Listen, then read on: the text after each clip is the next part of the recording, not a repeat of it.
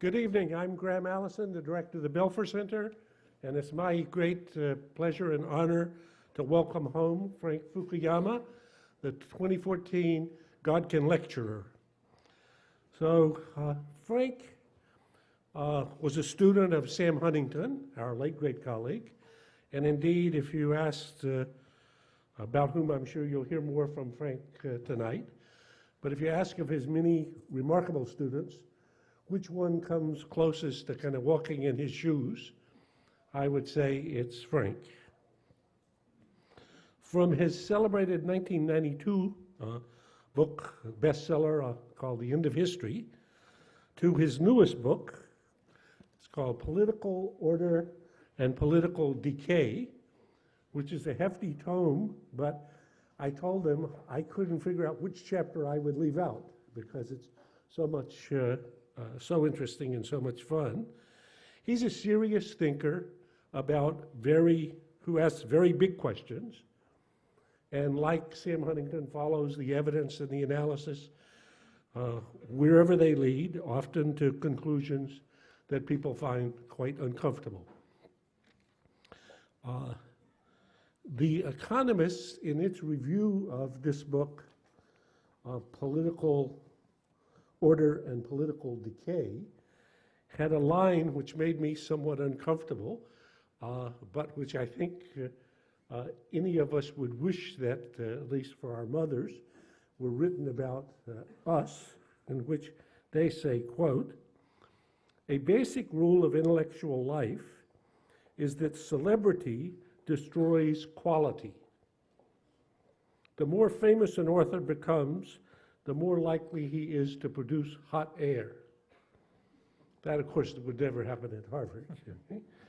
But he goes on to say, Frank Fukuyama is a glorious exception to that rule, and that's certainly the case. So, in a 2-volume undertaking that he's been about for some time, starting with this Origins of Political Order, which was published in 2011, Frank begins with ancient China and marches through the centuries to the French Revolution. And in the second volume, the one that's just now published, he marches from Napoleon to today and the current state of American democracy, which is a particular topic under the heading Political Decay. He's a hardcore believer in democracy, so he finds some of his conclusions uncomfortable, especially to him. But he's trying to explore the conditions under which market-based democracies succeed. As he puts it in a single phrase, why do some nations behave like Denmark and most don't? And he argues that successful rights and market-based democracies combine 3 essential elements: the state itself, the rule of law, and accountability of government. And he goes on to try to explain why those 3 don't necessarily go together in every case. Particularly relevant for this school of government, where our Dean, David L. has a major project at the schools, involves many members of the faculty on trying to make democracy work. Frank has become a trenchant critic of the dysfunctions of democratic institutions and practices, especially those on display in Washington today. So he talks about the decay of political institutions, which includes a devastating analysis that goes from vetocracy, that is the excessive vetoes over positive action, to interest group capture or oligarchy, and the legislative and judicial strangleholds, all grounded in what one of the reviewers called the complacent worship of a dysfunctional system. So that should be enough to stir us up a little bit. The Godkin Lectures are Harvard's most distinguished endowed series. Former Godkin lecturers include C.P. Snow and James Wilson Daniel Patrick Moynihan, most recently, MIT's recently retired president, Susan Hockfield. So in that tradition, we're fortunate tonight to have Frank Fukuyama. Thank you. Thank you.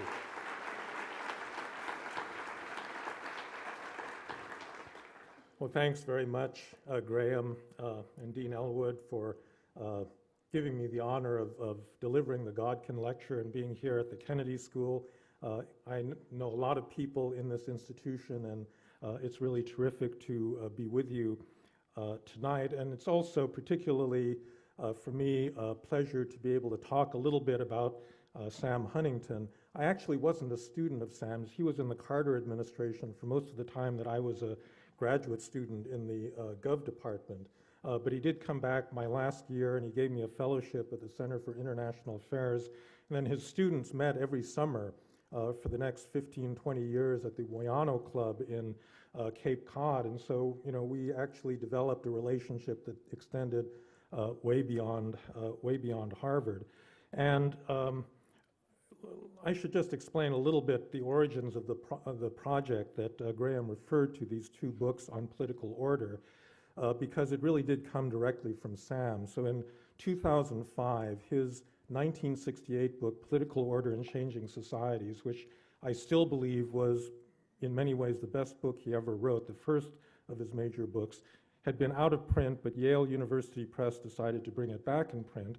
And Sam did the great honor of asking me to write a new foreword. And so I used the book a lot in my teaching, and I thought about it at some length. I wrote the foreword.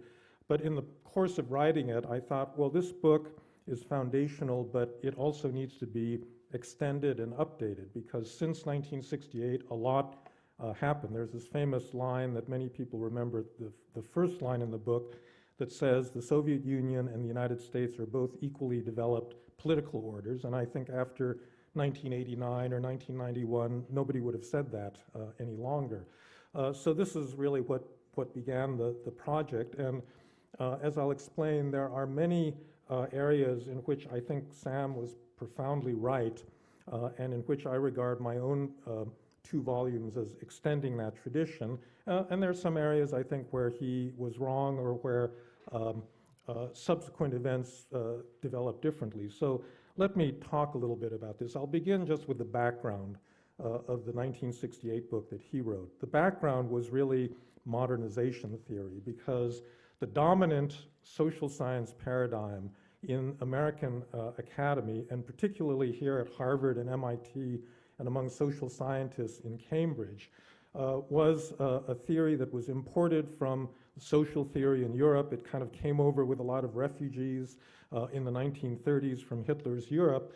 And it basically, I think, can be summarized in a simple phrase that all good things go together.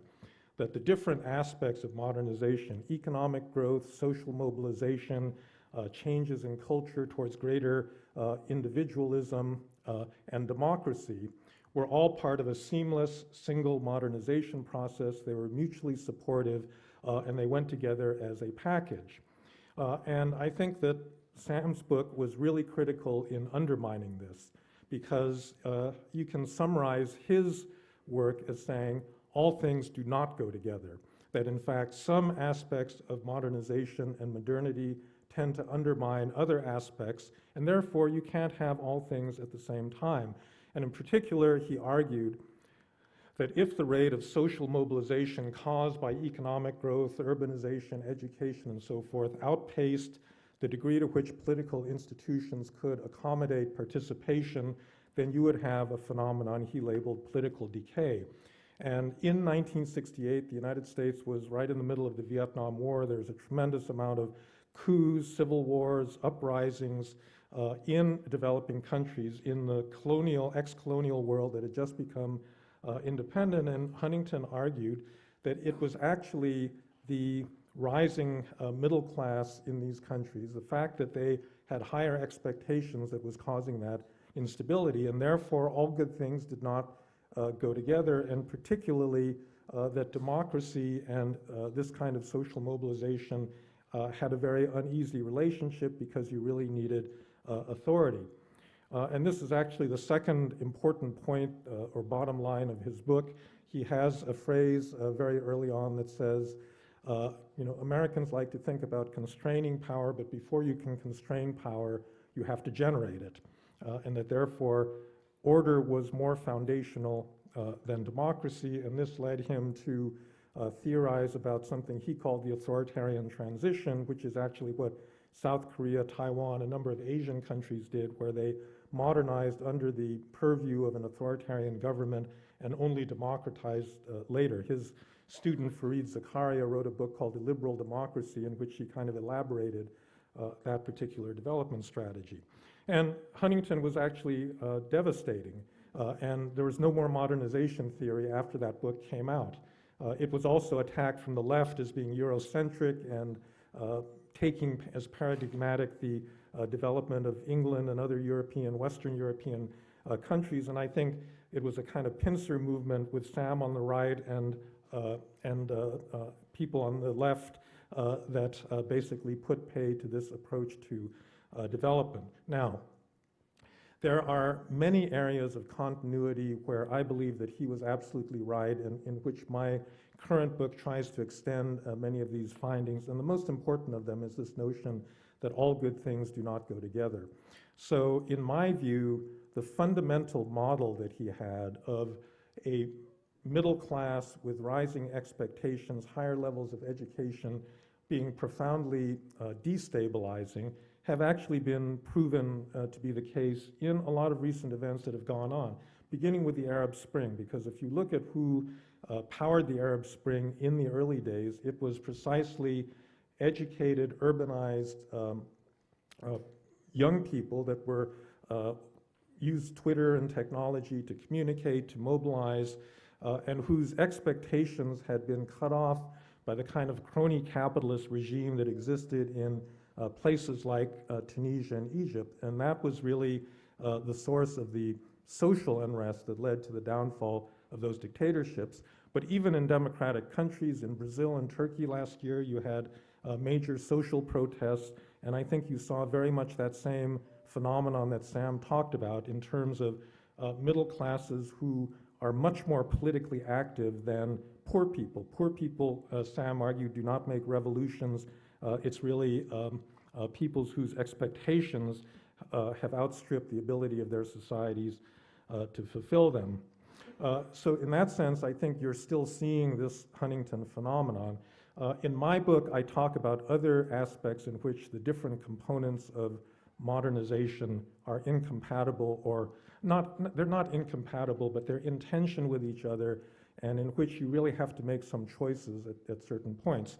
One has to do with, I think, a tension between state capacity and democracy, which is something that Sam alluded to but did not really develop more fully. So as Graham noted, I have this very simple tripartite way of understanding political order, that you have a state which, in Max Weber's terms, is a legitimate monopoly of force. So it's really about the ability to concentrate and use power to enforce laws and deliver services, protect the community. You have the rule of law, which, if it is really the rule of law, has to constrain the most powerful actors in the society. So if the king or the prime minister can make up the rules as they go along, then it's not the rule of law. So law is fundamentally a constraint on power. And then you have democratic accountability, which we understand these days to be free and fair multi-party elections. So in that very structure, there's a tension. The state is about gathering and using power, whereas the rule of law and democracy are both means of constraining power and making sure that power is used only in ways that the community approves. And so therefore, there's already a tension, and I would say it goes further than that, because the other really important transition is within the nature of the state itself, between what Weber called a patrimonial state and what he labeled a modern state. A modern state is a state that treats its citizens impersonally, where it does not matter whether you have a personal relationship. You're the cousin of the prime minister, and therefore you get special access to the state. A modern state treats citizens on an equal basis. A patrimonial state is one in which the state is regarded as a species of private property. So in the old days, the king literally, would say, I own this province and I can give it away to my daughter as a wedding present. Today, nobody dares to actually say they own the countries that they rule over. So therefore, we have this phenomenon known as neo-patrimonialism, in which you have states that have all the outward trappings of a modern impersonal state, but they're basically run as insider rackets for the self-enrichment of the people running the state. Therefore, people go into politics really for the purpose of self-enrichment.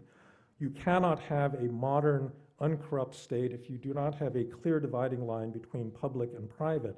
And that dividing line in very many countries today is severely eroded. And I guess this is probably the most central conclusion of the book that I've just written, which is that we've spent a tremendous amount of time thinking about democracy and democratic transitions and all of the institutions that constrain the state, the rule of law. There's many programs to establish elections and build legal institutions. But we have spent much, much less time figuring out how you make that transition from a neo-patrimonial state to a modern state. And I would argue that that is actually a much harder transition to make. It is pretty easy to organize elections. It is really hard to get rid of pervasive corruption in a state. And I think our most recent experiences in Afghanistan and Iraq underline that we actually held pretty successful multi-party elections in both of those countries, but the core of the state, the legitimate monopoly of force that people would be willing to fight and die for, that is something that does not exist in either of those places. And I would say many of the conflicts that are taking place in the world are actually not conflicts between authoritarian government and democratic government so much as between kind of a neo-patrimonial kleptocratic regime and a regime that tries to be modern. This is really what the fight in Ukraine is all about right now. The protesters in Maidan Square would all accept the fact that Viktor Yanukovych was democratically elected in a pretty fair election back in 2010. What they did not want was to live in this kind of kleptocracy where he could siphon off billions of dollars into a bank account or into this palace that he was building outside of Kiev, And I think if you, again, think about what our fight is with Vladimir Putin, it's not over democracy. If there's an election held in Russia today, he would be elected by 70, 80%, So that's not the question. The question is that he is running this insider racket in which the elite in Russia divides up the resources of the state and shares it among themselves and provides relatively little in terms of impersonal public goods. And I would say that even for countries that are democracies and are not nearly as corrupt, that is really one of the central issues. The reason that I think that there is a tension between good governance in the sense of that building that kind of modern impersonal state and democracy really comes from the experience of this country, of the United States. I have several chapters on the origins of what we call the patronage or the spoils system. So this starts in the 1828 election, where you had John Quincy Adams, who went to Harvard University, spoke several foreign languages. His father was the second president of the United States, typical Boston Brahmin, running against Andrew Jackson, who was really the first populist president. Many states by this point had opened up the franchise to all white male voters, and political parties got started initially because they had to figure out how to get people to the polls. And the easiest way to get people to the polls in a country with low levels of income and education is not by offering them impersonal public policies, it's by bribing them individually, by giving them a job in the post office or on the police force. And Jackson won the election. He said, I won fair and square, so I get to pick who runs the US government, and in any event, it doesn't take a genius to run the American government, so I'm going to fill the government with my supporters. And this begins a 100-year period in American history where virtually every public official from top to bottom, from the federal government down to Tammany Hall in New York, or the machines in Chicago and Boston, every single official is appointed by a politician as a payoff for political support in some election. And this is why I think that, first of all, we misunderstand what's going on in a lot of developing countries today. So we look at Mexico or Brazil or India, in which this kind of patronage is rampant. I mean, basically, the politics of these countries revolves around this individualized distribution of state resources. And we say to ourselves, look at these people. They just don't understand what good government is. You know, they're very corrupt and you know, they're just not with the program. And we do not understand that we went through exactly this phase at a certain point in our own national history. And in fact, I would argue that this kind of patronage is actually not, it should not be regarded as a species of corruption. It ought to be more properly regarded as an early form of democracy. That this is simply the easiest way to get people to the polls, to mobilize them in relatively poor countries. And that's why it's going on in all the Mexicos and Brazils and places like that. And so that indicates the tension. And actually, one unfortunate fact is that if you bring democracy to a country before you've consolidated a modern state, you're going to get in trouble. It is very, very hard to build a modern state once you've expanded the franchise and get everybody into the habit of voting. The case that I talk at some length about in the book is Greece, because Greece was one of the first European countries to extend the franchise to all males, which they did in the mid-1860s. The Greek state was always weak. It was always illegitimate because it was originally an Ottoman state, so it wasn't even a Greek state, but then it was constantly being manipulated by foreigners, a practice that goes on to the present moment with Angela Merkel and the IMF, hovering in the background. Therefore, the legitimacy of the Greek state was always very weak, and Greek politicians, the moment democracy came, basically competed to stuff the public sector with their own political supporters. And that is a problem that continued after the colonel stepped down in 1974 and so on up to the present, and explains a lot about the Greek problem. The way that the United States got out of this is also a story that I think is instructive, because essentially democracy was the source of the problem in the United States, but it was also the solution. That beginning in the progressive era, you had a popular civil society mobilization against corrupt government. So all these grandmothers were really, really upset that their fourth-class postmaster was a political hack. You had good leadership from people like Gifford Pinchot or Theodore Roosevelt, one of the first commissioners of the Civil Service Commission. And you had a triggering event, which was the assassination of Garfield by a would-be office seeker in 1882, which then led to the passage of the Pendleton Act, because Congress was just too embarrassed to continue to support the patronage system at that point. And I think that that's basically the story that will have to play out in places like India or Brazil if they are going to get past this particular stage in political development.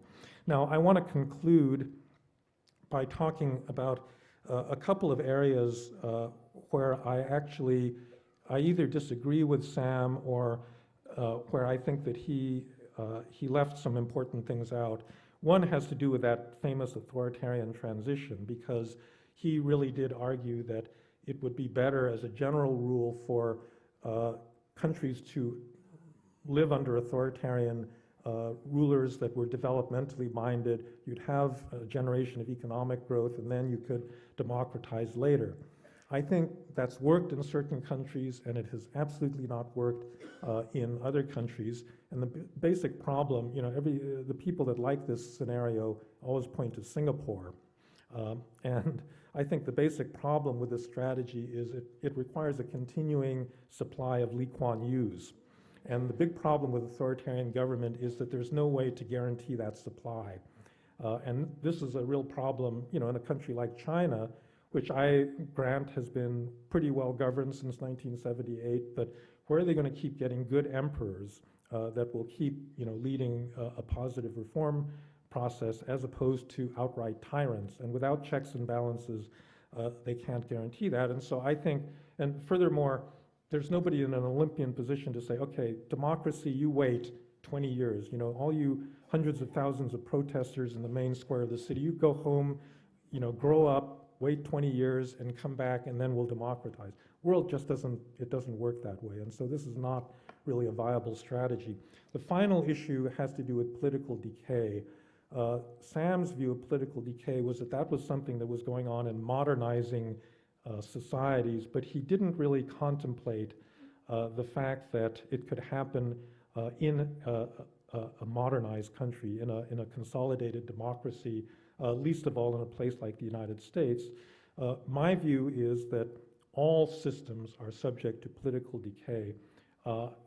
Political decay, in my view, has a couple of different sources. One is just simple intellectual and institutional rigidity, where we worship a certain set of institutions created for certain purposes, but then conditions change and we're not willing to change the institutions. But the other big problem is basically insider capture, that over time you develop well-organized interest groups. Because of their privilege, they have better access to the state, and they try to multiply their privileges by seeking political power. And I think both of these phenomena are evident in the United States today. And I think we have this particular problem where the basic institutions that the Founding Fathers created have overlapped with the current degree of political polarization to create a situation that's actually quite deadly. So the United States Constitution is built around checks and balances because the Founding Fathers worried about tyranny. They wanted to preserve individual liberty. They created a political system of enormous complexity where power is checked in very, very many ways. And it worked for much of the 20th century because the two political parties actually overlapped quite considerably, but now that's no longer true. The most liberal Republican is now considerably more conservative than the most conservative Democrat. And under those conditions, I argue that the checks and balances system becomes what I call a vetocracy, in which well-organized interest groups can use their access to the system and use the checks and balances that the system gives them to first protect their narrow interest, and then secondly to really block larger initiatives that are in the broader public interest. And so we can, talk about whether that's true or not and give some examples of that in the Q&A. But in any event, I think that Sam's legacy is a really important one. He always asked really big questions. He didn't, in my view, always give the right answer, but I think that in many, many subfields of political science, he really wrote the foundational book. I mean, that's really what was kind of remarkable about him as an intellect. And I was very proud to, have been associated with him. There's a number of people in the audience that were as well. And so I'd like to thank you for your attention, and I look forward to any questions that you have. Thank you very much.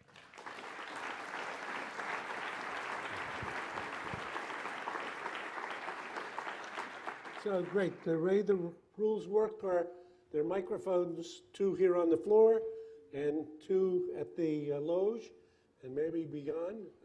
In any case, as David often reminds us, introduce yourself, tell us who you are, make your point, but succinctly, and questions in with a question mark. So the microphones are open, but I'm going to ask the first question if I can. So Frank, great argument and a great book, as I said. I think that to locate it in the context of the other debates that are going on here about modernization, development, economic development, political development, let me get you to say, how are you similar, or in particular, how are you different from, for example, the Acemoglu-Robinson book on Why Nations Fail, or the similar volume by North, Wallace, and Weingast, who are also trying to operate at that same level? Sure. So it's actually a great time for grand theorizing, because there's actually been a lot of it looking at large periods of history and then why institutions emerged. And I think the economists now have finally woken up to the fact that institutions matter.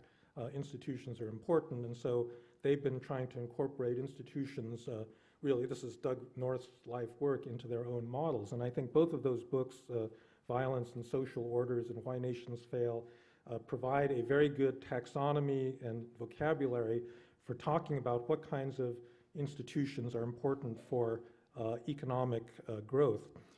However, I feel that they're missing something important that Sam Huntington actually had in his 1968 book.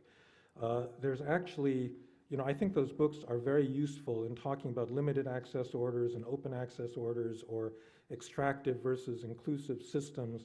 They're good at describing essentially the same transition that I've been talking about, from a patrimonial to a modern state, but they don't actually have a dynamic mechanism that explains how you get from one stage to another. And Sam had this. The mechanism was that of social mobilization.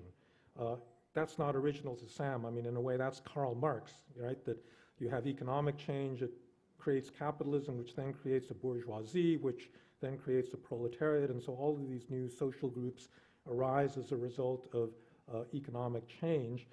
And for Sam, that was absolutely central in explaining either why political systems evolved or why they decayed. And I think that that's somehow gone missing in some of the more rational choice accounts of political development. So. Mm-hmm. I think the Lodge was first. This gentleman here, please.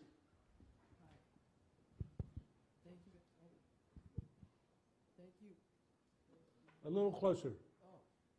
Thank you very much for your speech. My name is John Soila. I'm a senior at the college.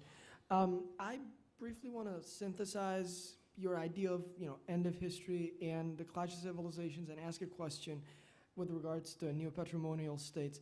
If it's possible to think of this idea of democratic accountability as like the final form of governance that we will ultimately get to, which doesn't mean there won't be conflict in getting there, but that's the ultimate form. How can we think about these neo-patrimonial states who have their own sort of claims to ontological truth? And this is not just Putin and his authoritarianism, or ISIS with their interesting worldview. Yeah. But how is that going to go together? And how definitively can we really say that that democratic accountability is really the end of history? Yeah. No, it's a reasonable point. So, Russia or Nigeria or, a lot of other neo-patrimonial countries don't have an alternative system that, well, I guess Putin is trying to tout an alternative system, but, a lot of them are not systematic alternatives that set themselves up as something that you can do if you don't want to be a liberal democracy. They're just, they're pretty stable systems in which rents are shared and nobody can do anything about it. And I guess I would say that that's one area where my thinking has been revised, because these places actually can be stable. I think the reason that Nigeria has this level of rent distribution is that's the easiest way to control violence in that country. That if anyone causes trouble, you just buy them off by paying them some oil rents, and that's actually worked since the end of the Nigerian Civil War in the 1960s. And I guess this is why I now realize that there's just a lot more contingency in history in getting to Denmark, that there's not just a natural driver. I think to the extent there is a driver, it does have to do with economic growth, producing a middle class, producing a social basis for democracy, as Barrington Moore once argued. But there are many other things that have to happen along the way, and nobody can guarantee that that will happen in all societies. Thank you. How about this gentleman? My name is Anders Wittfeldt. I'm a doctoral student at the School of Public Health. So 25 years after the public debate, I'm wondering, do you feel we're heading towards Huntington's vision about a clash of civilization, or your own vision? Do you think we've learned anything over the last 25 years that have told us anything about who was right? And do you think there's anything policymakers can do today to affect whether we end up in a clash of civilizations or in the end of history? Mm-hmm. Well, I wrote a critical review of The Clash of Civilizations when it first came out, and Sam was mad at me for about a year because of that. But I still believe a lot of the things I said in that review, that he is completely right that, you know, there are deep cultural differences between different parts of the world that will mean that you're not going to have any kind of easy convergence. But I think that he underestimated, first of all, whether civilizations are the proper unit of account. I think the only part of the world that regards itself as a civilization rather than a nation is the world of Islam, but that in East Asia, you know, they don't think in civilizational terms. It's China, Korea, Japan, you know, very, you know, traditional national identities. But the other thing is that he didn't take sufficient account of the integrative forces in global development, the fact that communications, transportation, migration is so much easier, and ideas travel much more easily. And therefore, the cultural borrowings and the kinds of alternative models that can come from outside your society are much, much greater. And so I do think that there is still this integrative force that actually leads to convergence. So if you back up, if you look at the whole 40,000-year history that I cover, what's very interesting is there's several big transitions that occur across all societies regardless of culture. So the first one is a transition from band-level societies to tribal societies. Tribal societies didn't exist prior to about 10,000 years ago, and then all of a sudden they appear in many different parts of the world. And then you have the development of state-level societies, maybe 2,000-3,000 years later, and then at a later point, you know, transition to more modern states, and you know, and so forth. And this is a process. So specific evolution is where people diverge or species diverge. General evolution is where you develop common responses to the same sets of environmental conditions, and that you also see in human history. So the state is an answer to the limitations of kinship as a form of social organization. The Chinese, the Indians, the Arabs, the Europeans all invent different versions of this thing because they're trying to solve you know, a similar problem. And so for me, the big question is democracy, or our particular institutional, the forms that I've described, is that actually solving a general human problem in human societies that then will lead to a point of convergence, or are these specific, you know, environmental conditions so overpowering that everybody's going to develop differently? And I would still say that the jury is out on that. Please. Hello, my name is Manuel Melendez, and I'm also a senior at the college. One of your claims is that it's not always a good idea to democratize when states are still patrimonial. Yet another one of your claims is that in the United States, for example, democratization is one of the things that helped the transition from patrimonial states to modern states. Two questions.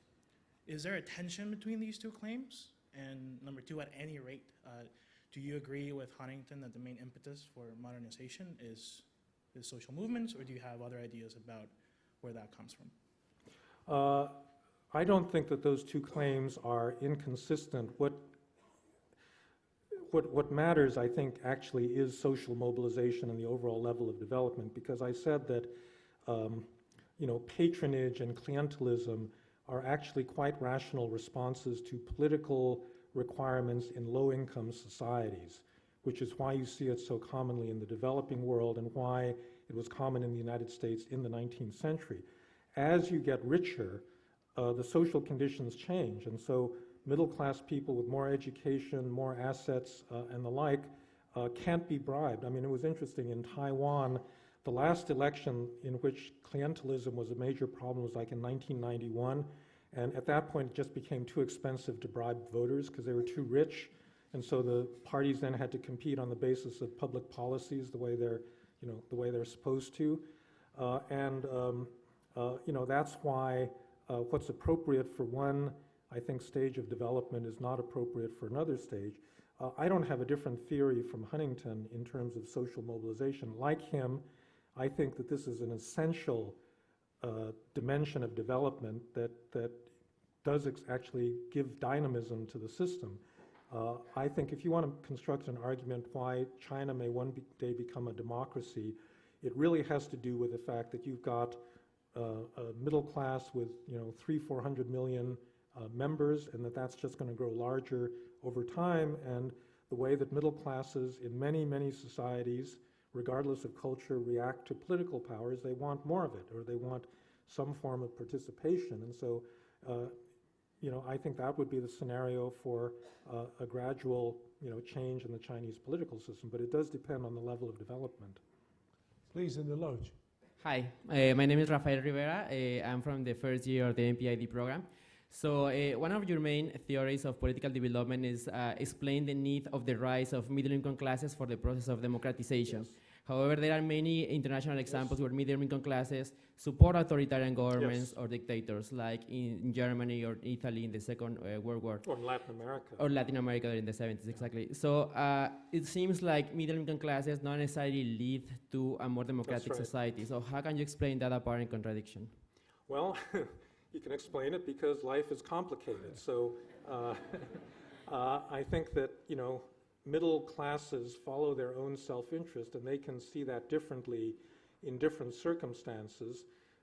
In particular, when the middle class remains still a minority of the whole population, and you have a lot of poor people, that a lot of times middle class voters actually favor authoritarian government because they don't want to have one man, one vote, where there's going to be a populist politician that will then demand a lot of redistribution. This is exactly what's gone on in Thailand, right? In the 1990s, Thailand, the Thai middle classes were in favor of opening up the military system, and in the last 10 years, they've completely turned against democracy because they don't like Thaksin, and they don't like the fact that he was supporting all these redistributionist policies. I think that's actually what's holding the Chinese back, because I think a lot of the Chinese middle classes have benefited from economic growth. They know that there's a lot of poor people in China, and if there's one man, one vote in China anytime soon, there's going to be huge demands for, not just instability, but also big demands for redistribution, and that may kill the goose that's laying the golden egg. So that's why I think that actually democracy really only becomes safe when you get a middle-class society, meaning that a majority of people are middle class, where you don't have this big overhang of extremely poor people that, are going to make demands that the system can't handle. So that's why I think life is complicated. It's just, there's basically, Barrington Moore was right about that relationship, but it also depends on other conditions being true as well. Please, in the lodge. Rivan Royono, MPAID, first year. Mr. Fukuyama, through today's established democracies, their democratic evolution was absent from international pressure to become a democracy, which is the exact opposite of today's transitional democracy. Do you think that international pressure is doing harm or good? I think that net, it's probably doing good. I think that it is no longer the case. So, Edward Luttwak wrote this article a couple of decades ago called Give War a Chance, where he said, well, in order to get to modern states in Europe, you had to fight wars for several hundred years. And that's the problem with Africa, that they need to fight a lot of wars, and that's what's going to give them strong modern institutions. And aside from the fact that that's not a very attractive option for the people that live there, I think that it's really not necessary, because you don't have to reinvent the wheel in terms of, the functioning of many institutions, and there's an international community that actually provides a fair amount of help. Now, what I think the problem is that the political basis for this kind of modernization has to come from within the society.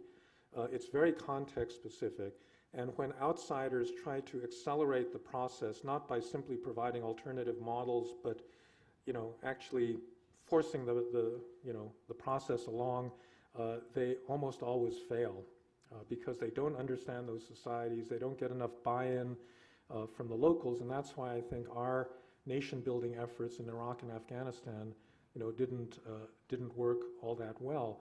But if you look at the modernization, let's say, of East Asia, or what the Chinese or the Japanese or the Koreans did, they took the Japanese basically In fact, both China and Japan imported the German civil code almost verbatim. They didn't need to invent it a second time because it was there already. So I do think, on balance, the outside, maybe not the pressure, but the outside examples and learning do help the process of political institutionalization. Please. Hello, my name is Ellie Rostum. I graduated last year. I have two short questions. The first is, within the next generation, where do you see the Chinese political system going? And what are the factors that are pushing it one way or the other? My other question is with regards to the role and value of religion and culture in political governance. Where do you see that going, particularly in the Middle East? And would you just eliminate it, or do you see value in using it? Thank you. Well, with regard to the first... Two small questions. Yeah, with regard to the first question, it seems to me that the current Chinese political system and economic system is not sustainable in many respects. You do have this internal pressure coming from a growing middle class with much greater expectations for the level of services and so forth. The economic model needs to shift very dramatically to domestic consumption. They're moving along pretty well with that, but there's still a lot of liabilities in terms of environment, in terms of corruption, in terms of the perception of many people, the fundamental illegitimacy of a lot of the things that the government does. I mean, there's several thousand violent social protests in China every single year that we don't hear that much about, but it indicates a degree of social unrest that is quite substantial. But I think so the two largest liabilities are, first, the fact that there is no governing moral system to legitimate the whole thing, that it's a mishmash of Marxism, Leninism, and traditional Confucianism, and then just outright kind of self-interest. And they have not resolved on what basis they're going to be regarded as legitimate, other than performance. And then with regard to the performance, they have not solved this fundamental issue that all authoritarian regimes need to solve, which is the bad emperor problem. Authoritarian systems are great when you've got a good emperor like Lee Kuan Yew or Deng Xiaoping. If you get a bad emperor, you're really in trouble because there's no checks and balances. And right now, what's going on in China, Xi Jinping is undertaking this massive purge. He's set to be the most powerful leader in China since Deng, or maybe even since Mao Zedong. We have no idea whether he's going to be a good emperor or a bad emperor. And people will present both scenarios. They're equally plausible right now. We just don't know. And if he turns out to be a bad emperor, it's bad. In terms of the Middle East and religion, I mean, I think, this is an area where I agree actually with Sam much more than people think, that culture is, it is in fact important. One little element in my book that I didn't really highlight because it's kind of an embarrassing fact, but if you look at the countries that really invented good, clean, modern government, very many of them were actually run by Calvinists. So the great elector in Prussia was a Calvinist in a Lutheran society. He brought in all these Huguenots and Dutch bureaucrats because he didn't trust the local elites. In England and in the Dutch Republic itself, the Puritans, that modernized the English state were all Calvinists. And then, Calvinism was important in the progressive era in the United States and in the reform of the British system in the 19th century. So that's just a little footnote that I'm not saying that everybody needs Calvinists. There may be functional equivalents of Calvinism in other traditions. I guess with regard to Islam, it's always seemed to me that any complex cultural system can be interpreted in many, many different ways. So if you asked in the 1930s, is Catholicism compatible with democracy? Many people would quite reasonably have said no, because they're supporting Franco and they're on the wrong side of all these big conflicts. But something happened, to reinterpret the doctrine, especially after Vatican II. In fact, that was one of Sam's big points in the third wave, is that the third wave of democratization happened because of Christianity, basically because Catholicism, shifted positions. And so I guess my feeling is that the reason that people sign up for ISIS and other radical movements has to be explained more sociologically or psychologically rather than in terms of, you know, the necessary outcome of a particular religious doctrine. That, you know, if you're unemployed, not that well educated, you don't fit into your society, you don't have a girlfriend, then yeah, you go fight in Syria because you get community, unity, you know, comradeship, risk, which a lot of people really like, that your society isn't providing for you. And so that's kind of got to play itself out, but it's not necessarily tied, you know, specifically to Islam. So I hope that's right, and we'll have to see. Okay, this gentleman, please. And I should have said before, one question to a customer. Yeah. Will be one. Thank you for being here today, Professor Fukuyama. My name is Juan Izaguirre. I'm a joint degree student of the Business and the Kennedy School. My question is a follow-up of the Clash of Civilization comment, Civilization comment that you just made. Where do you foresee the main source of conflict in the coming years, between nations, within nations? Where are your thoughts on that side?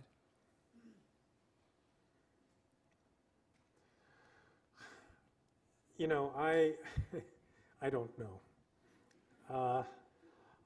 So let me answer it in a different way. Let me tell you the things that worry me. Okay, so I am right now in 2014 very worried about nationalism. I think in the long run, you know, we've shown that we can get beyond it, but I think that in East Asia, for example, the level of nationalism is really frightening, you know, in China, Japan, Korea, and so forth. I think Putin has set off a very, very dangerous dynamic by upsetting the territorial agreement that ended the Soviet Union, where basically Russians outside of Russia would be content to live in those countries, and now he's basically told them, you know, no, we're going to come and help you. And so I think that's going to be, you know, tremendously destabilizing at both ends of East Asia.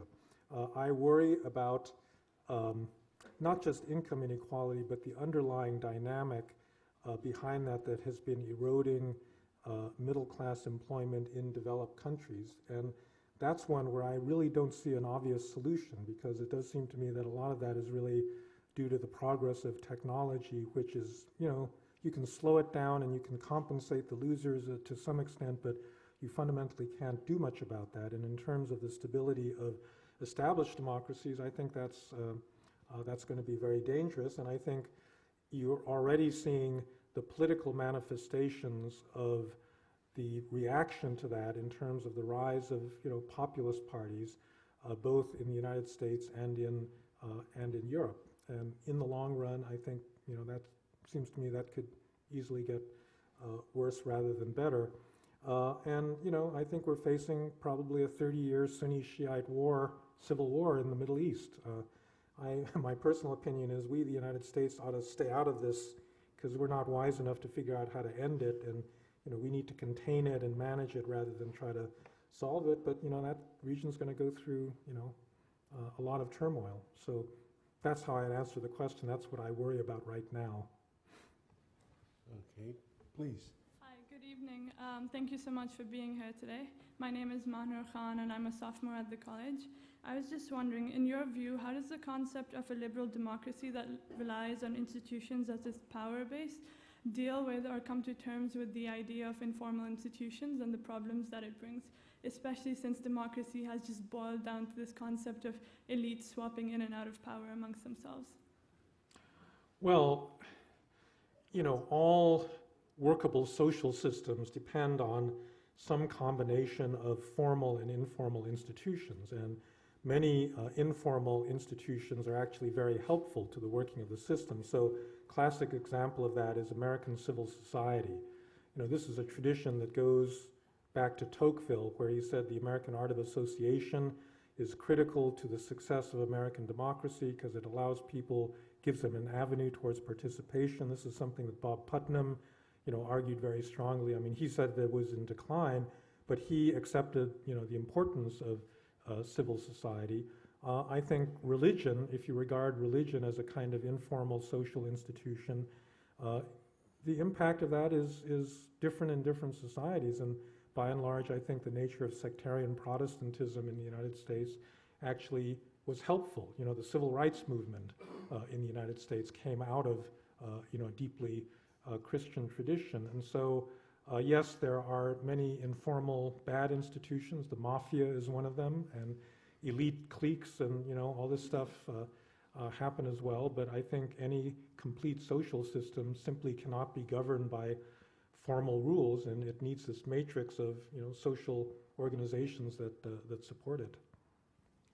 Okay, I think we're getting close to the end, but we'll take this, I'm sorry, this gentleman here, this lady, and then here, then we'll have to stop, so please. Short questions and short answers. Hi, I'm Arjun Kapoor. I'm a junior in the college. So you talk a lot about how advanced societies experience political decay. So I wondered, how can those societies escape from that decay, and can you think of any examples of societies that have? Mm-hmm. Yeah, well, so the story I told about the progressive era was one. You know, that in a certain sense, the American government was captured by various, you know, elites in the 19th century, and the way we got out of it was by political mobilization and political action. So in this country right now, if you're worried about interest groups and you're worried about, you know, money and politics and so forth, what's the solution to it? You know, it's exactly the same. There has to be a grassroots civil society-based movement that wants change. You have to have leaders. You have to have, I think, policy intellectuals that formulate the problem properly so that people mobilize around the right solutions. And then it probably takes a triggering event, some exogenous shock to the system that, like the Garfield assassination, I mean, you don't want another assassination, but, you know, something, a crisis or something that brings everything together. I think that's the way that political reform has always happened, and I think that's the way we will get out of the current problem that we have. Please. My question follows upon that one. I'm Martha Bayless. I teach at Boston College. It has to do with your remarks you just made, but the remarks you made earlier about political decay in the United States. And to me, there's three ways to understand that. One is the particularities of our institutions, our history, and our current environment. The second is that somehow democratic systems are, because of current conditions in the world, more in decay. And there you would have to talk about Europe and other democratic societies. And then the third is that somehow democracy has had its day, that it was tried and it has been shown to be dysfunctional, which is, of course, a different end of history than the one that you've written about in the past. Do you talk about all three of those in the end of Volume 2? Yes. Which is most salient to you right now? Yeah, so I really do not believe number 3. I mean, I don't think that there's any kind of general decay. And I actually, number 2, I don't really believe either. I think there's a lot of democracies in the world that are working pretty well. You know, all the Commonwealth countries, Germany, Netherlands, you know, Scandinavia, their systems, they've all got problems if you look at them up close, but they're functioning pretty well. So I think the decay problems are, you know, I would say Italy, Japan, United States have all in a certain way had similar problems. I put also India in this category, where because of the checks and balances, it's been very hard to come up with sufficiently decisive government to solve, you know, important questions. And again, the whole issue is democracy self-correcting? The theory says it should be, because people will mobilize to solve the problem and then do it. But I just don't think there's any necessary reason to think that this will always and necessarily happen. And I don't see the you know, the foundations for it right now in the United States. So you get the last question, right here, please. Thank you. I'm a freshman in college, and my question is, you mentioned that China... Introduce yourself, yeah. Oh, I'm Kay, and I'm a freshman at college. I'm from China, so I'm asking a question about China. So you mentioned that China has lots of social protests, and you believe that China's development is not sustainable. But it seems that although we have lots of small protests, there is never a large-scale national protest, and China's regime seems pretty stable. So do you think that recent protests in Hong Kong will have actual influence in pushing China's transformation? Yeah. Or will it just be an insignificant accident? Will the student protesters have actual bargaining chips? Yeah, I don't think that the protests are going to spread to China. First of all, I don't think that the conditions are right for any kind of generalized protest in China because the country is doing too well. So I think that, in my view, the future state of China that you need to look to is one in which economic growth has slowed down or even gone into reverse very substantially. It's going to happen sooner or later. I mean, no country maintains the kind of rate of growth that China has experienced in the last 3 decades, when they're trying to become a high-income country. So that's the kind of background condition where I think the social mix will get a little bit more combustible. But, you have to say that the Chinese government is also very good at dealing with protests because they don't simply repress it. They actually respond to citizen demands in a way that many authoritarian countries do not do. And so that mix of repression and accommodation is really, I think, part of the secret of what's kept them going. But I just think that China will get to a point where that formula, stops working. And that's the point where I think politically you're going to have the possibility for more serious kinds of instability. Thank you. Well, on that note, it's my unhappy responsibility to say that the evening is over. Let me remind you of this book if you want very good follow-up in terms of the discussion. I thought very good questions and terrific answers. Let's say thanks very much to Frank. Thanks very much.